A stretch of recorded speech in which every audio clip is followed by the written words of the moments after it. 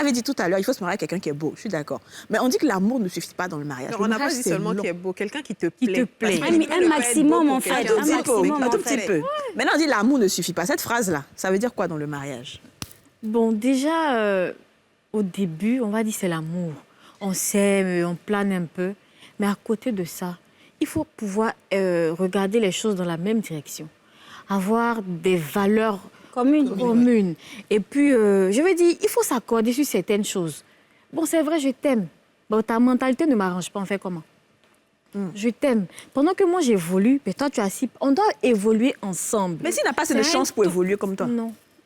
La chance, là, c'est l'homme même qui provoque la chance. Bien parler, maman. Non, je te dis. Parce que, je prends un exemple. Tu es une femme. Bah, ton mari, il est en train d'évoluer. Tu te dis... En fait, il y a certaines femmes... Mon mari, il est ministre, et puis ça s'arrête là. Non. En même temps que monsieur le ministre, il évolue, tu dois pouvoir suivre son évolution. Quand c'est comme ça, l'amour, là, ça monte encore. Ouais, mais à un moment donné, le monsieur te regarde de haut, mais tu es en bas, c'est clair, il ne faudrait pas qu'on se monte. On doit évoluer ensemble et regarder dans la même direction. C'est pour ça qu'on dit que l'amour seul ne suffit pas. Oui. Il y a des mariages où le partenaire ne veut pas que sa partenaire travaille, par exemple. Il y a des hommes possessifs et jaloux qui ne supportent pas que... Je parle là, présentement, je parle de moi parce que c'est quand même du vécu, d'accord? Moi, je suis une artiste, je suis extravertie, je suis une bonne vivante, j'aime rigoler, j'aime m'amuser, j'aime me montrer. J'estime que si je me marie avec un homme, c'est ce côté de moi où c'est ma personnalité entière qui l'a plu.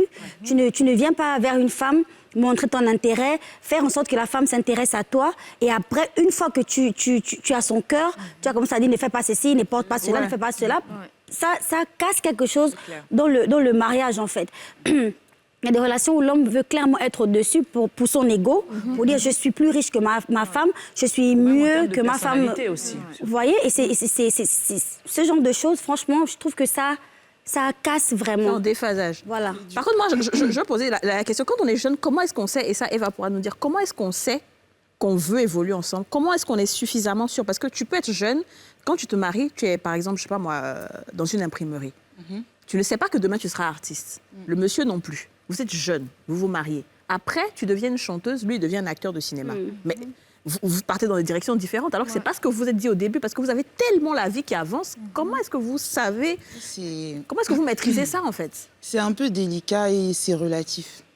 Parce que on peut avancer ensemble au départ, être d'accord sur certains principes, et puis finalement, on avance, on voit que ce n'est pas ça. Moi, je vais prendre un exemple sur moi, un exemple tout simple. Il y a quelques années, ça veut dire malgré, même si j'étais fidèle, hein, mais je me suis rendu compte que j'avais une grosse attirance pour les hommes, mis à part que j'aime les hommes élégants, j'avais une attirance pour les hommes intellectuels. Attends. Alors, je dirais pas. Oui. Tu dis que tu n'as pas été infidèle. Nous, on n'est pas en train de dire ça. Non. Mais tu dis que tu étais mariée et tu t'es rendu compte que tu avais une autre attirance. Voilà, c'est intéressant, ça. Oui, je me suis rendu compte que j'avais une attirance pour les hommes intellectuels, mis à part genre élégants et tout.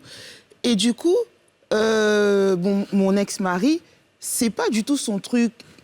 Comme on dit, c'est un grouilleur. En tout cas, je vivais bien. Il répondait à tous mes besoins côté finance et tout, j'ai rien à dire. Mais finalement, on se rendait compte qu'on avait même les conversations. Les centres d'intérêt. On n'avait pas les mêmes centres d'intérêt. Et pourtant, étant plus jeune, c'était bon, je t'aime, on s'aime, on va faire des enfants, on va faire ceci, on a tel projet, on va habiter ensemble. Mais finalement, malgré qu'on restait des heures au téléphone, puisque au départ, c'est une relation à distance, finalement, on se rendait compte qu'on n'avait pas tant de points communs que ça. Plus on avance, en fait, ça, c'est en avançant. C'est pour ça qu'on dit qu'il ne faut pas se précipiter, en fait. C'est vrai. Voilà. Donc, qu'est-ce que tu as fait pour les hommes intelligents? Après séparation, maintenant, je sais ce que j'aime, je sais ce que je veux et tout. Ça veut dire que quand un homme vient vers moi, en général, les hommes qui m'attirent, après, ça peut avancer comme ça peut ne rien donner. On peut simplement rester amis, mais en général, les hommes qui m'attirent, c'est souvent des hommes qui sont un peu intellectuels. Voilà, c'est un peu ça. Moi, je pense que le problème avec le fait de se marier très jeune, c'est que tu n'as pas fini d'apprendre à te connaître. C'est clair. Et quand tu n'as pas fini d'apprendre à te connaître, c'est facile de dire, de trouver un bel homme, il est beau, voilà, on va faire de beaux enfants, on va avoir une belle vie. Il n'y a que ça. Mais quand tu commences à prendre de l'âge, tu vas te rendre compte que niveau carrière, tu as d'autres aspirations. Même en ce qui concerne ta vie de famille, tu as besoin d'autres choses. Et tu te rends compte que la personne avec qui tu es en train de partager, de faire ton chemin, finalement, ne correspond plus à ton idéal de vie. Ça fait mal, hein? Et c'est là où tu vas commencer à parler de séparation. Alors que quand tu prends... Après, c'est pas tous les jeunes. Il y a des jeunes qui ont suffisamment de maturité qui ont fait un plan de vie et qui vivent en fonction de leur plan de vie. Mais c'est vraiment rare. C'est rare de voir un jeune de 23, 24 ans qui a ce niveau de maturité-là, de se dire, oui, j'ai mon plan de vie. Je sais que, par exemple, dans 5 ans, avec mon épouse, je veux qu'on soit à ce niveau-là. Donc, c'est rare.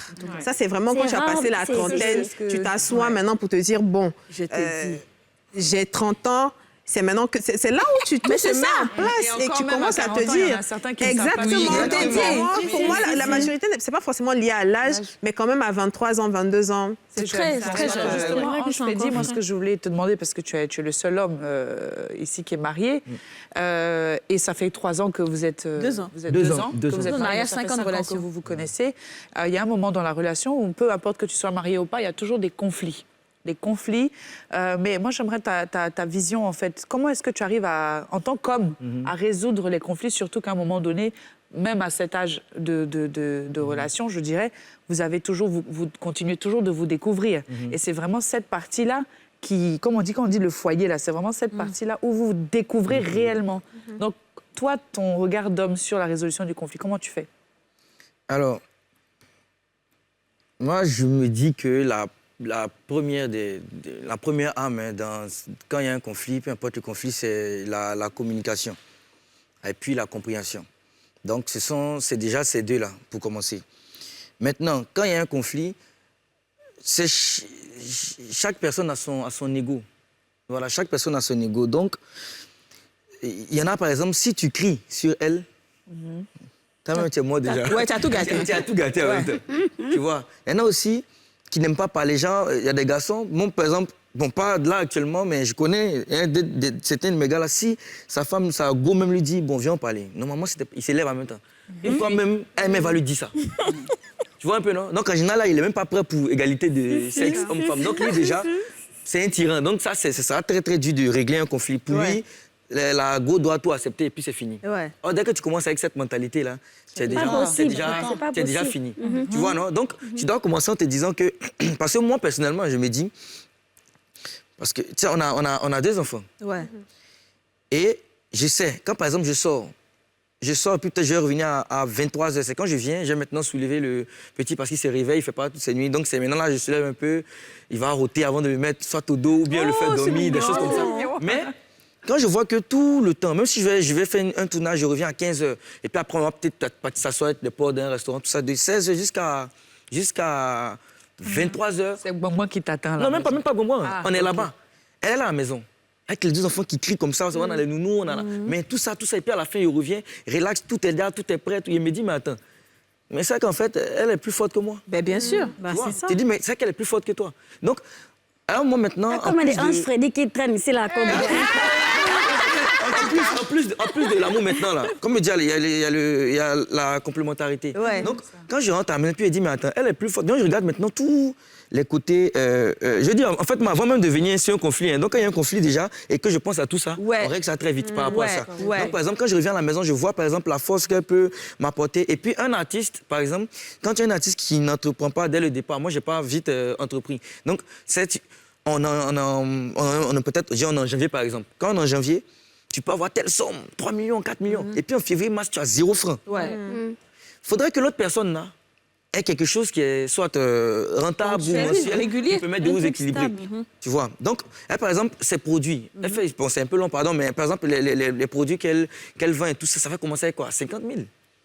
50 000, c'est 50 000 que j'avais même pas encore bien commencé les vidéos, je lui ai donné l'après à la fin. Bam, en moins de 2 semaines, on voyait les ventes là, je recevais les appels, on faisait ensemble 450 000 la semaine. Super. Donc 2 semaines déjà 800. Il dit, mais attends, mais ton truc là, c'est quoi ça? Attends. Moi j'ai un tournage, je vais proposer ce tournage à telle chose pour un placement de produit, donc 200 000.